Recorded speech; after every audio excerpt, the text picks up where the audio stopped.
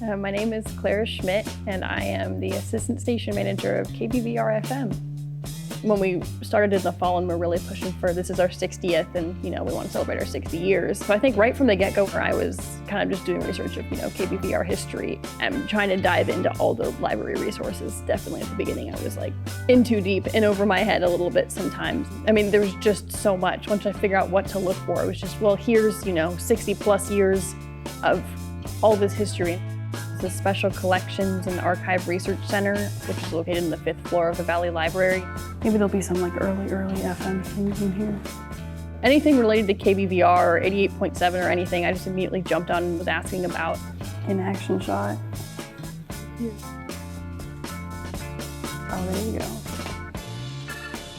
Oh, look, there's a little DJ booth and everything.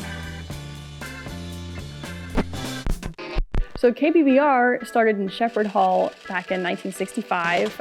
It was part of the speech department, which was and still is located in Shepherd Hall, and it was crammed on the 2nd floor. So October 27th, 1965 was their first broadcast. I think it was from 9 to 10 p.m. And it was 10-watt station, so they had a 10-mile radius, so it really didn't even go beyond campus. Immediately from the get-go, it was very much a student-led station where students were playing the music that they wanted and playing, and interviewing the people that they wanted to interview and highlighting all the parts of campus in Corvallis that they wanted to. Then they moved to Snell Hall in 1977. So they were looking for a place to move all of student media and all these student organizations. KBVR moved to Snell was when it really became not just part of the speech department, for just that, it became its own organization outside of it and just became, again, kind of similar to what it is today, which is just part of student media on campus. Should we go this way? Snell is this way? Snell is this way, yes. Okay, 2025. Yep. Actually, when we moved into this building, we were still using the number 90.1. We weren't even 88.7 yet. Oh, yeah, that's right. So we still had pretty small broadcast radius and stuff. Used to be. I think my favorite thing about this is they have this little sticker. Oh, yeah. These old lettering on the back of this building. So all of these offices used to be in this space, and they went downstairs and they were upstairs and they were kind of everywhere. Going up. Yeah. Woohoo. I think the craziest thing about walking through this building is just knowing that people were here in the 70s and the 80s, Dude, yeah, look at the stairs, man. So I think this was the space. This was where FM used to be. This is where people would hang out.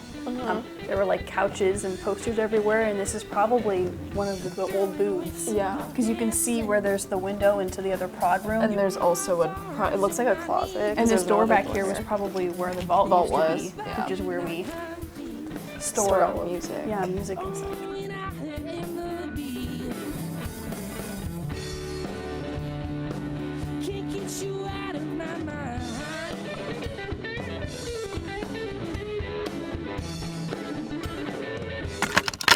KBVR moved to where it is now, which is in the SEC, Student Experience Center, up to the 4th floor. That was in 2015. Moving into this new space was kind of this step into, not only remembering those last, however many years, whether it was 50 years or whatever, that the station had been, but also kind of considering what this new stage of media would look like for the station. Loving it or doing it just doesn't do the same. It's a craft. Being a DJ is a craft. The staff and I were currently interviewing a bunch of alumni for our 60th anniversary. It's a fun kind of broadcast program that we've been doing to reach back out to all the people that obviously made KBVR happen.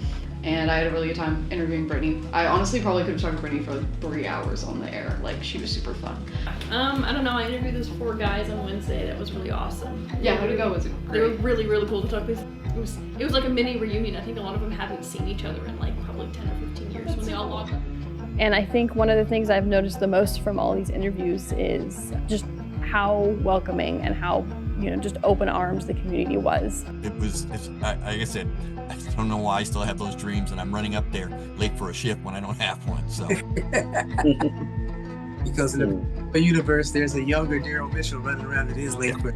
We have a poster in the station of the dead Kennedys, and that's actually what a lot of DJs always talk about. My favorite piece of memorabilia still is here in a frame, as it should be, and it's when KBVR hosted the dead Kennedys. Yeah, it's huge. I know. It's one of those things that I think, it still has the old logo on it. Yeah.